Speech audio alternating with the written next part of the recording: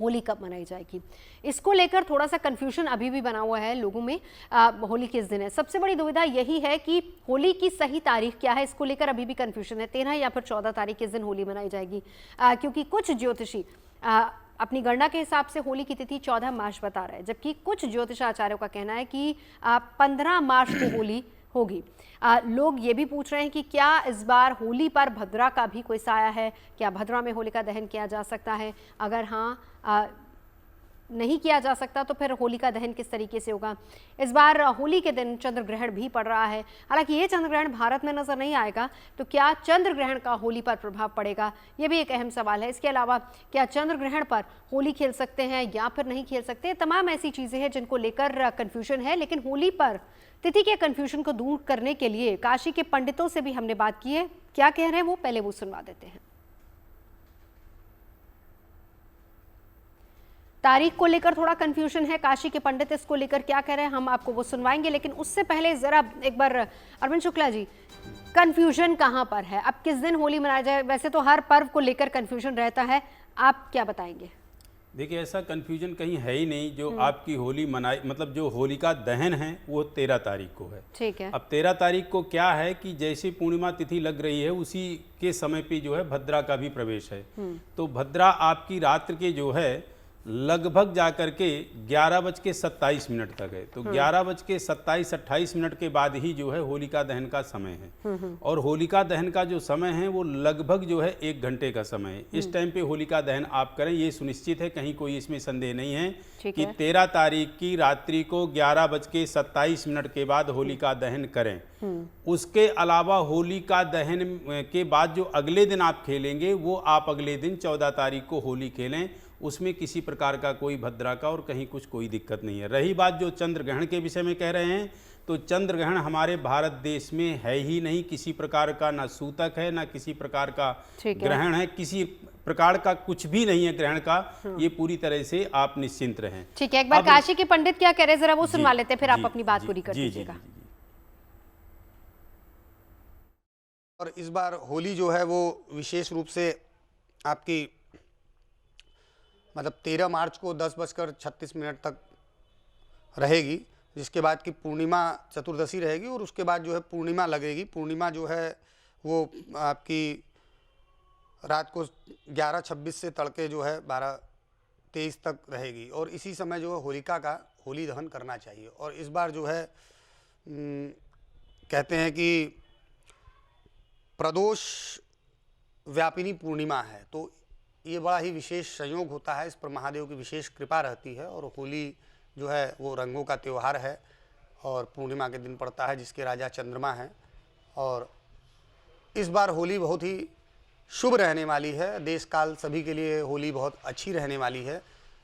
और होली के दिन विशेष रूप से अगर व्यक्ति कुछ विशेष उपाय करे तो उसको जो है काफ़ी लाभ हो सकता है। अब अरविंद शुक्ला जी आप अपनी बात पूरी कर लीजिए। काशी के विद्वान भी यही बता रहे हैं कि 13 तारीख को होलिका दहन और फिर उसके बाद 14 को रंग वाली होली।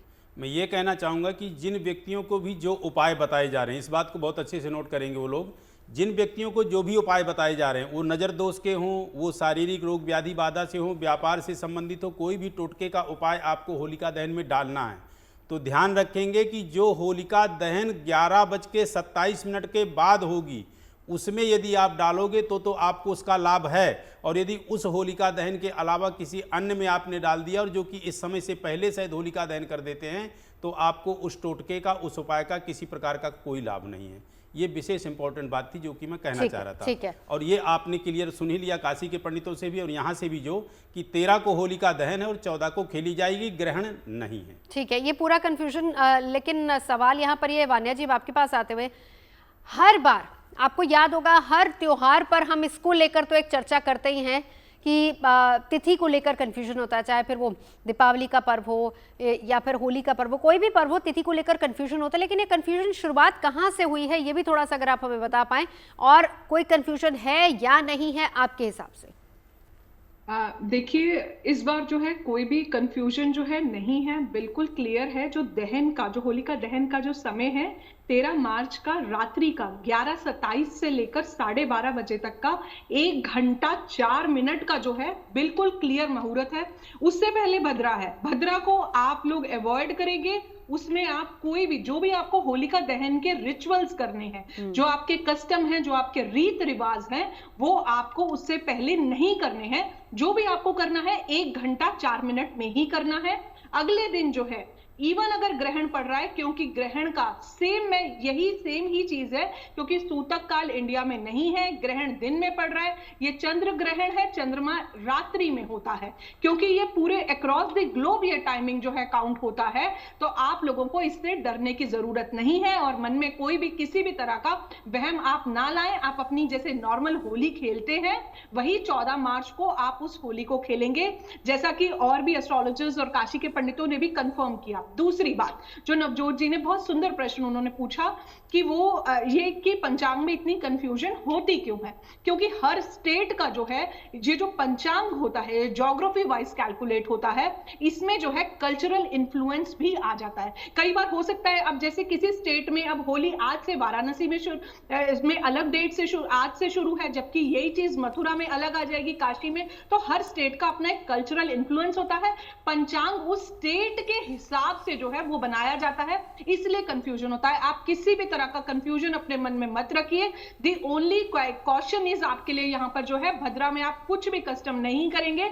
13 मार्च को 1 घंटे के 4 मिनट समय को आप बेस्ट फुल यूटिलाइजेशन कीजिए। आपको जो इवन जो आपकी दहन से पहले के भी जो आपके रिचुअल्स है, जैसे आपको सूत बांधना होता है, परिक्रमा करनी, अगर उससे पहले भी कुछ लोगों में, क्योंकि ये भी हर फैमिली का एक अलग कल्चर होता है, तो वो भी मैं आपसे यही सजेस्ट करूंगी आप सभी लोगों को कि आप 1 घंटा 4 मिनट के ही मुहूर्त में करें। उसके बाहर जो है आप ना जाएं और उसी में ही चाहे आपने उपले डालने हैं उसमें छेद वाले, आपने बालियां डालनी है, आपने कच्चा सूत डालना है, आपने धन प्राप्ति के लिए नारियल जो है अगर उसके अंदर डालना है, ये सारी चीजें जो हैं आप उसी मुहूर्त में करेंगे। अगले दिन बिना किसी वहम के और बिना किसी संकोच के पॉजिटिव तरीके से अपने दिमाग में कोई वहम मत रखें। ईश्वर हमारी श्रद्धा को देखता है और कोई ग्रहण का यहाँ पर जब इंडिया में दिन में ही लग रहा है तो चंद्र ग्रहण का क्या इंपैक्ट आएगा। थोड़ा सा अगर आपको फिर भी डिस्टर्बेंस लगे तो आप ओम नमः शिवाय का जाप कर सकते हैं। अगर आप मुझसे जुड़ करके अपनी समस्याओं का समाधान चाहते हैं और चाहते हैं कि आपकी समस्याओं को ज्योतिष के माध्यम से सुलझाया जाए, तो आप हमसे संपर्क कर सकते हैं, जुड़ सकते हैं एस्ट्रो तक पर।